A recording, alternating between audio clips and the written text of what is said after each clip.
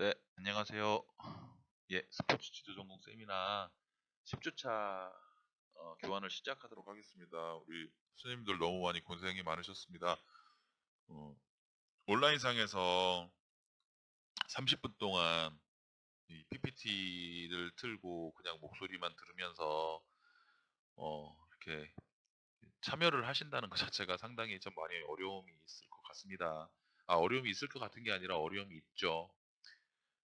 그거는 이제 준비하는 사람도 힘들고 그 준비한 내용을 또 이렇게 듣게 되는 우리 선생님들도 많이 힘들고 더더욱이 더 힘든 부분은 어, 여러분들도 그렇지만 제 입장에서도 많은 컨텐츠를 접하고 많은 유튜브 컨텐츠를 접할 때 이렇게 보면 이 PPT도 이제 유튜브에 올라가면서 이제 컨텐츠를 우리 선생님들이 접하게 되는 부분인데 그 유튜버들과의 그런 어떤 그 질적인 차이가 이 이걸 만드는 작업을 하는 저 자신을 더 초라하게 만드는 것 같습니다.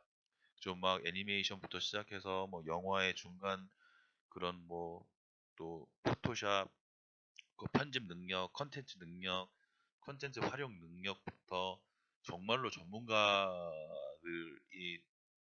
그런 어떤 그 모든 그런 컨텐츠들을 우리 선생님들은 걸 보셨다가 어 그냥 어 동영상에 돌아가는 스포츠 지주 전공 세미나 글자 몇 개 있는 거와 그냥 졸린 듯한 안 졸린 듯한 목소리만 계속 듣고 있어야 되는 그 30분 동안 그게 얼마나 고민이시겠습니까? 그러니까 이제 마지막 교환이기도 하고 실질적으로 지난번에 말씀드렸던 것처럼 제가 지금 말씀드리는 연구계획서 논문 작성에 관련된 건 이 30분으로 전달이 될 수가 없습니다. 절대적으로 안 됩니다. 하지만 우리가 그걸 습득하기 전에 최소한의 그런 어떤 어, 받아쓰기 연습이라고 생각을 하시고 한 번 정도 들어서 접해 보시는 것도 상당히 유익한 시간이 될 거라고 생각이 됩니다. 이번 주는요, 연구계획서와 논문 작성의 부분인데 첫 번째는 논문 제목에 관련된 부분, 또 서론, 이론적 배경, 연구 방법, 연구 계획서, 평가 및 발표 준비, 연구 결과, 논의 및 고찰, 요약 및 결론 이렇게 되는 부분이에요. 그러니까 이게 무슨 목차일 것 같습니까? 어, 그러니까 논문의 그 흐름입니다. 이게 첫 번째 논문 제목이 딱 들어갑니다. 뭐뭐가 뭐뭐에 대한 미치는 영향에 관한 연구. 뭐 대충 서론, 연구의 필요성, 연구의 목적이 들어가겠죠. 이론적 배경이라고 하면 내가 설정한 변인에 대해서 사전에 연구자들이 연구한 부분을 이론적 배경으로 다 풀어버리는 겁니다. 그런 부분을 나는 어떠한 연구 방법으로 해서 접근할 것이다 라고 제시를 한 다음에 이제 연구 계획서 그리고 연구 계획서의 그런 어떤 평가와 발표 준비를 하게 되는 것이죠. 여기까지가 실질적으로 우리가 논문 말을 할 때 그 프로포절이라고 말을 합니다. 그리고 여섯 번째는 그러니까 그러다가 이제 연구가 들어간다. 그럼 똑같이 연구 뭐 논문 제목 쓰고 서론 그리고 또 서론에 아까 말씀드렸던 것 같이 뭐 연구의 목적 및 필요성, 용어의 정의, 뭐 기타 등등 이론적 배경을 정리를 하고 연구 방법으로서 어, 연구를 시작을 하면 연구 결과가 나오잖아요. 논의가 들어가게 됩니다. 연구 결과만 해서 끝, 결론 끝 이게 아니라 논의 및 고찰이 됩니다. 대부분 이제 고찰이라고 그러는 건 선행 연구를 어, 그 어떻게 역사적으로 파헤치는 게 이제 고찰이라고 말을 하는데 논의는 뭐냐면은요. 우리 논의 한번 해볼까?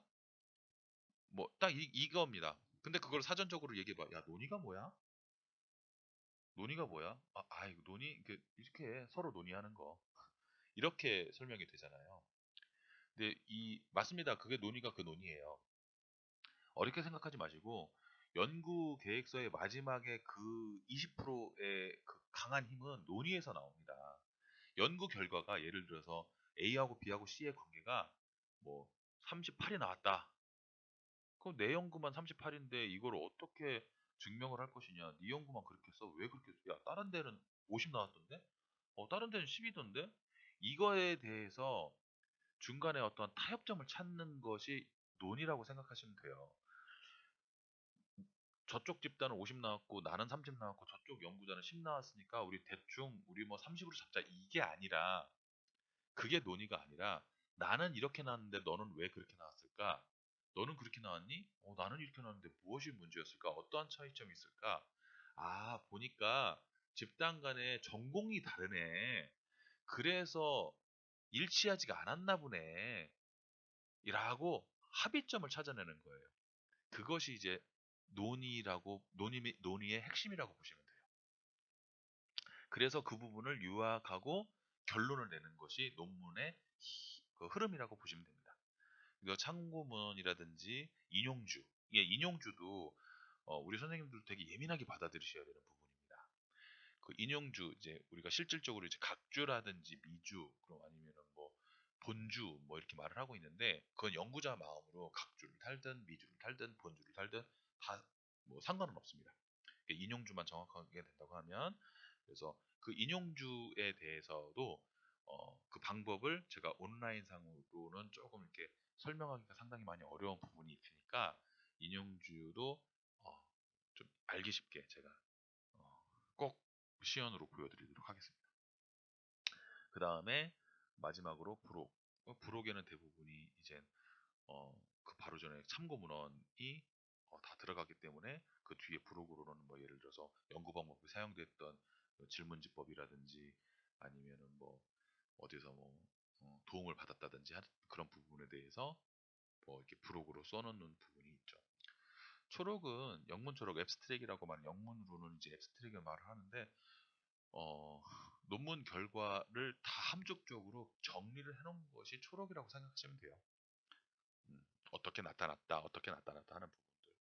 그리고 마지막으로 신뢰도와 타당도에 대해서 간단하게 말씀을 드리고, 그 10주차 전공 세미나 방법론 수업을 그 수박 겉핥기의 식으로나마 마감을 하도록 하겠습니다.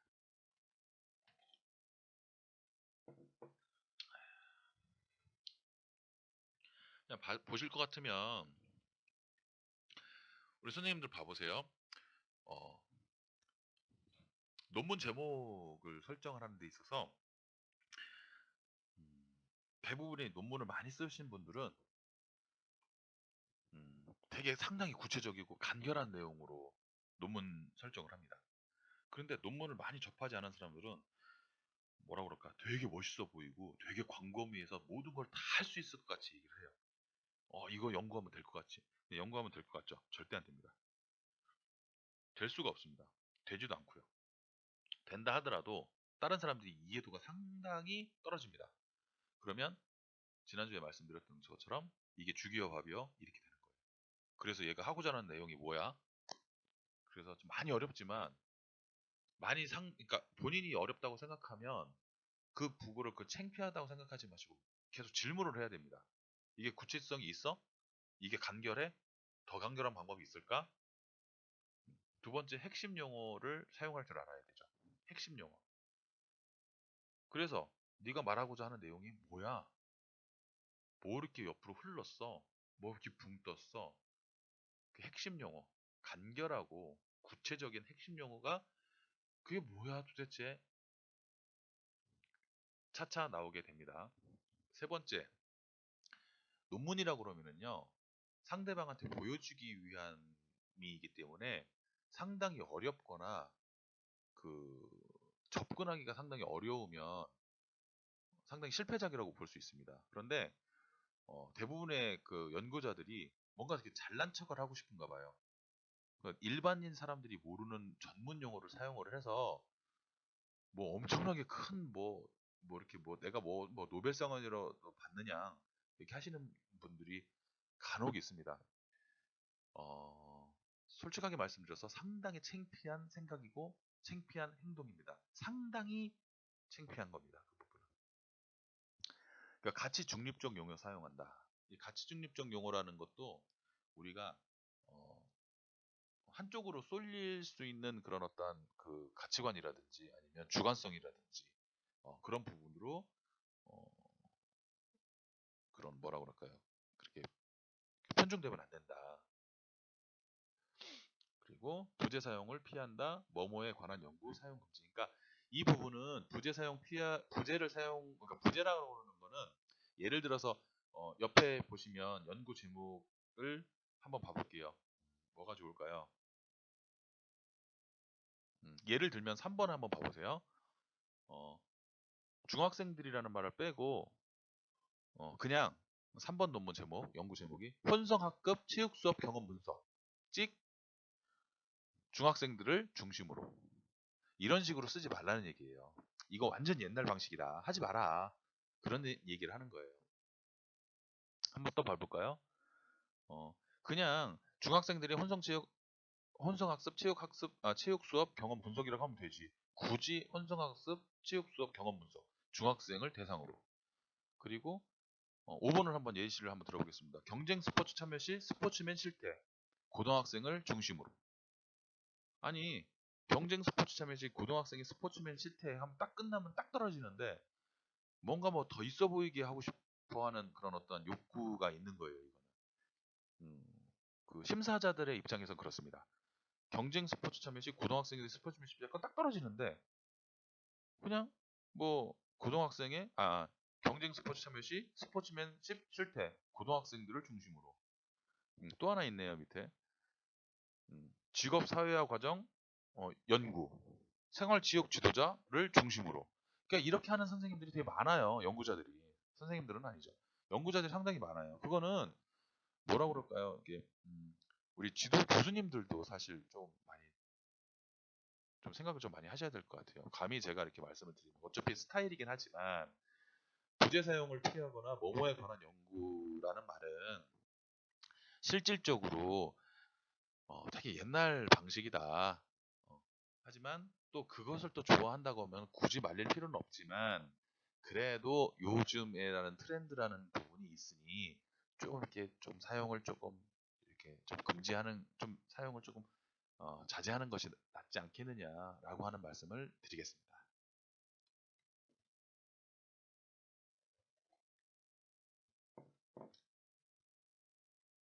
구성 한번 봐볼게요. 구성을 한번 봐보시면 아까 말씀드렸죠. 논문 제목을 쓰면 두 번째는 서론. 근데 서론 안에 연구의 필요성, 연구의 목적, 문제의 진술, 용어의 정의, 가설의 설정, 뭐 이런 식으로 음, 이렇게 어, 짜여지긴 합니다. 음, 연구의 필요성, 연구의 목적, 문제의 진술이라고 말을 하는데 이 문제의 진술이라는 그 단어 말고 사회학, 인문사회 쪽에서도 이렇게 쓰는 용어가 있긴 한데 그 부분을 한번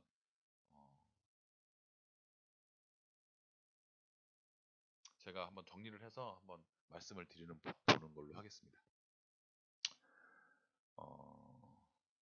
연구의 필요성 같은 경우에는 말 그대로 독자에게 연구의 방법을 제시하는 정보 역할을 하게 되는데요. 독자는 연구의 필요성을 두 가지 측면에서 접근하게 되고 첫 번째는 연구자가 수행된 논리적인 이유를 이해를 하고 둘째는 연구자가 어떤 이론적 틀에서 시작을 해서 선행 연구들과 관계를 맺고 있는지를 알고자 함이라고 함축적인 의미를 담고 있습니다. 그래서 이 연구의 필요성은 내가 왜 이 연구가 필요하고 그 목적이 무엇인가를 이렇게 서론에 서술을 하는 부분이라고 생각하시면 됩니다.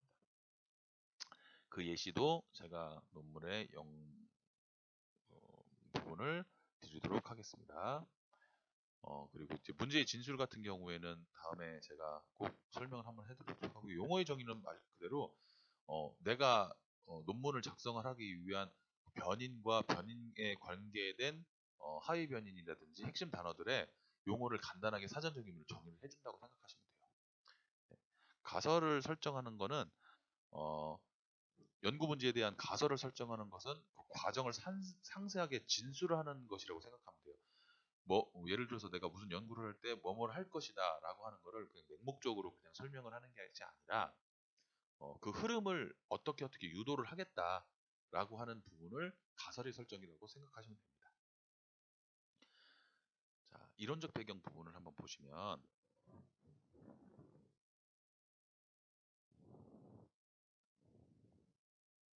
이론적 배경 한번 봐보시겠습니다.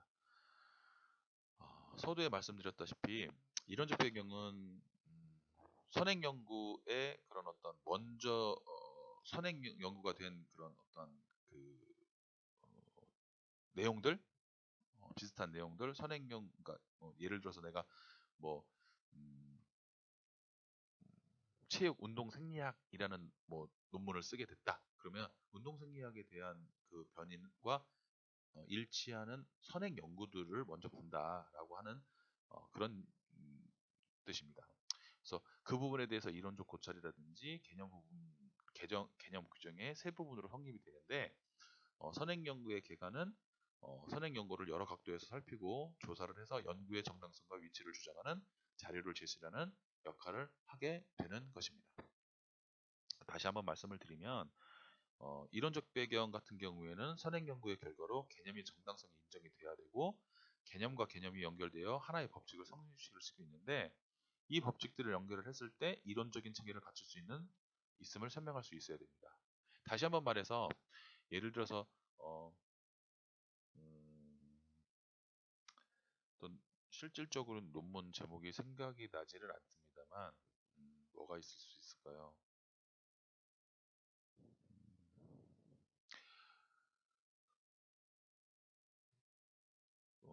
직업 윤리 의식이 조직 직무 만족에 미치는 영향. 예를 들면 직업 윤리 의식이 직무 만족에 미치는 영향. 그러면 여기서 말하는 편의는 직업 윤리 의식이 있을 수 있겠고 직무 만족에 있을 수 있잖아요.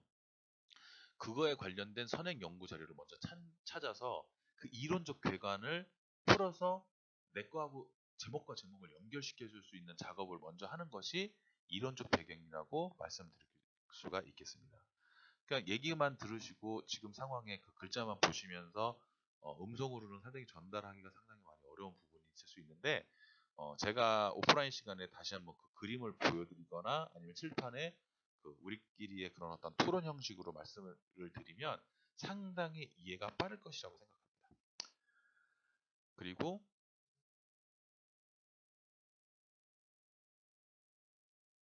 연구 방법에 나오는 내용이죠. 첫 번째 연구 대상, 두 번째 측정 도구, 연구의 절차, 분석 방법, 연구 계획서 평가 및 발표, 그리고 연구 결과, 논의 및 고찰, 요약 및 결론 이렇게 얘기가 나오는데 연구 대상 어, 윤리 의식이 직무 만족에 미치는 영향.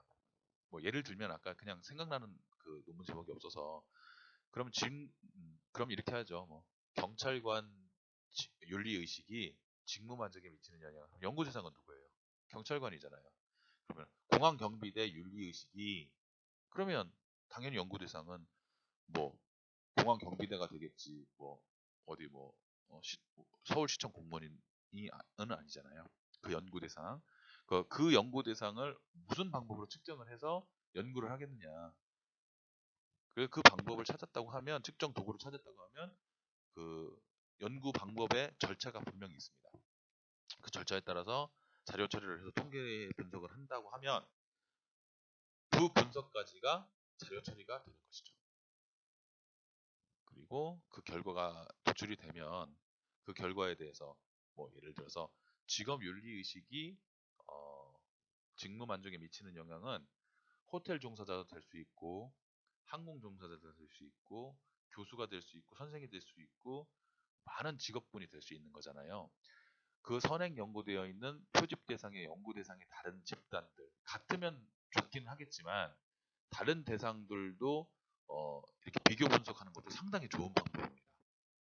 그래서 경찰관하고 비슷한 직종이 군인이 될 수도 있고 또 경호 경비원이 될 수도 있고 경호 계열의 직무 계열을 갖고 있는 공무원이 좋을 수도 있고 그래서 한 3개 집단이나 4개 집단 그리고 또 아예 다른 호텔 종사자 서비스업 그 소명의식을 그런 좀 뭐라 그럴까요 중요시 시키는 그런 직군들도 상당히 좋을 것 같아요. 그런 사람들의 윤리의식이 직무만족에 미치는 영향 한 5개 정도라든지 많으면 많을수록 좋겠죠. 그런 사람들하고 연구 결과를 옆에다 놔두고 비교 분석을 하는 거예요. 그것이 바로 논의가 되는 거죠. 경찰관이 윤리의식이 상당히 높으니까 어, 직무만족이 상당히 높더라. 경찰관이 윤리의식이 낮다고 평가가 됐는데 이 사람들이 갑자기 그 직무만족도가 상당히 떨어지네 라고 하는 결과를 도출을 했는데 그 결과가 다가 아니다.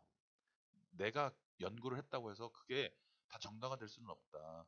그렇게 되려고 정당화를 시키기 위해서는 논의가 필요한데 논의는 최소한의 근거 자료로 사용이 될 수 있다. 그렇게 되면 우리가 이렇게 생각하시면 돼요. 경찰관하고 했는데 내가 그렇게 결과 추출을 했어. 그랬더니 선행 연구 자료를 딱 찾아보니 어떤 사람들이 경비원으로 해보니까 경비원들이 윤리의식이 높으니까 직무만족도 높네 라고 하는 똑같은 결과가 예를 들어서 나왔다고 하면 우리 내용의 결과물을 지지한다고 표현을 해요. 유의미한 그 결과를 도출했다고 해서 지지했다고 표현을 합니다. 내 연구 결과를 지지했다. 그런데 반대로 호텔 종사자의 윤리의식이 높았는데 직무만족이 그닥 높지 않았어. 근데 얘는 높지 않은데 나는 이쪽은 윤리의식이 높으니까 이 직무만족이 상당히 높았는데 여기는 윤리의식이 높은데 왜 직무만족이 낮지? 라고 하면 집단 간의 차이가 있을 수 있어서 연구 대상들의 차이점이 분명히 있구나.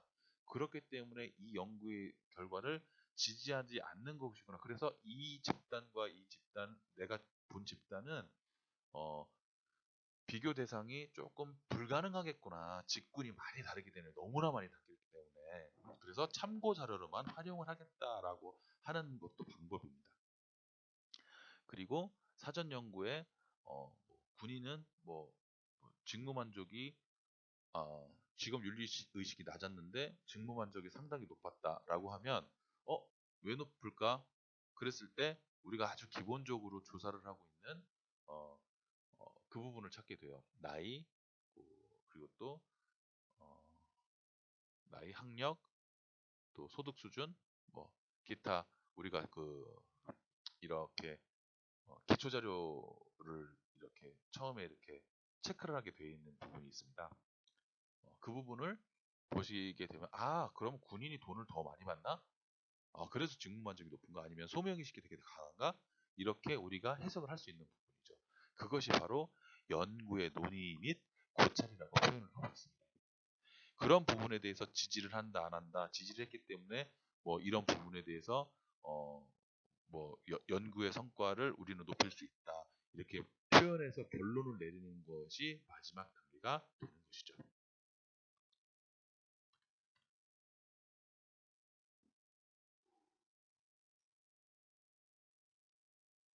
신뢰도와 타당도, 말 그대로 신뢰도와 타당도는 말 그대로 내가 말한 그런 연구법의 신뢰도가 얼만큼이 되느냐, 그리고 또 타당도는 어떻게 하는 것이 이렇게 얘기를 하고 있는데 신뢰도라든지 복수양식법이라든지 반분법이라든지 이런 부분은 상당히 좀 접근하기가 어려운 부분이 있어요. 그런데 그 의미만 알고 계시면 뭐냐면 내가 질문지를 하는데 이 질문지에 신뢰도가 있으면 상당히 그 질문의 수준이 상당히 높게 책정이 됩니다. 그런데 신뢰도가 낮으면 이거는 조사 안 하나 마나 하나 안 하나 마찬가지예요. 그래서 신뢰도를 높이기 위한 가장 좋은 방법 중에 하나는 어, 타당도에 대해서 사전 조사를 하는 게 가장 좋은 방법입니다. 그 부분에 대해서 자료를 제가 분석을 해서 한번 드리는 방법으로 하도록 하겠습니다.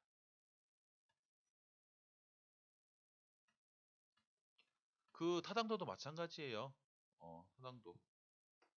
내적 타당도와 외적 타당도가 이제 구분이 되기도 하고요. 주관적인, 객관적인 평가 방법으로 해서 부인 타당도도 이렇게 나오고는 있지만, 신뢰도 타당도 같은 부분에 대해서도 이거를 말 그대로 이게 신뢰도가 있다, 타당하다라고 하는 그렇게만 딱 인식을 하시면 됩니다.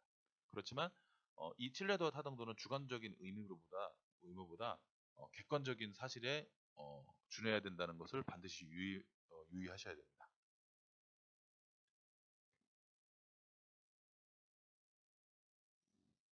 자, 차후에 접하게 될 연구범 되는데 질문지 구성 방법과 개발. 그러니까 여기에서 신뢰도와 타당도가 이제 나오는 부분이거든요. 근데 여기서 나오지도 않았는데 신뢰도 타당도를 하기가 좀 많이 어려워서 간단하게 설명을 드리는데 질문지 구성법 개발 여기에 신뢰도와 타당도가 이제 올려야 돼. 그러니까 SAS와 SPSS 이제 다료 분석 통계 방법이에요. 이게 빈도 분석이나 교차 분석, 상관 분석, T 검증, 뭐 회귀 분석, 분산 분석. 그러니까 우리가 회귀 분석하고 분산 분석 간단하게 그 단어 용어의 정리만 이렇게 했었잖아요. 이런 부분의 신뢰도와 타당도를 높이기 위한 방법이다. 좀 시간이 없기 때문에 단어만 소개를 해 드렸습니다.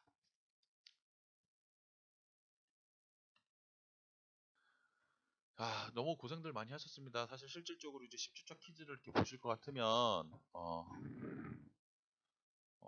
연구 진행 시 연구의 신뢰도와 타당도 수치를 높게 설정하는 방법은 연구자의 마음이기 때문에 신뢰도와 타당도를 정의하여 나타낼 수 있는 주관성이 정확하게 명시되어야 한다. 제가 1분 전에, 아니죠, 3분 전에 제가 말씀드렸던 내용인 것 같아요. 다시 한번 말씀드리겠습니다. 신뢰도와 타당도를 정의를 해서 나타낼 수 있는 방법은 정확하게 연구자의 주관성이 정확하게 명시되어야 된다. 그럼 신뢰도와 타당도가 높아질지는 잘 모르겠습니다.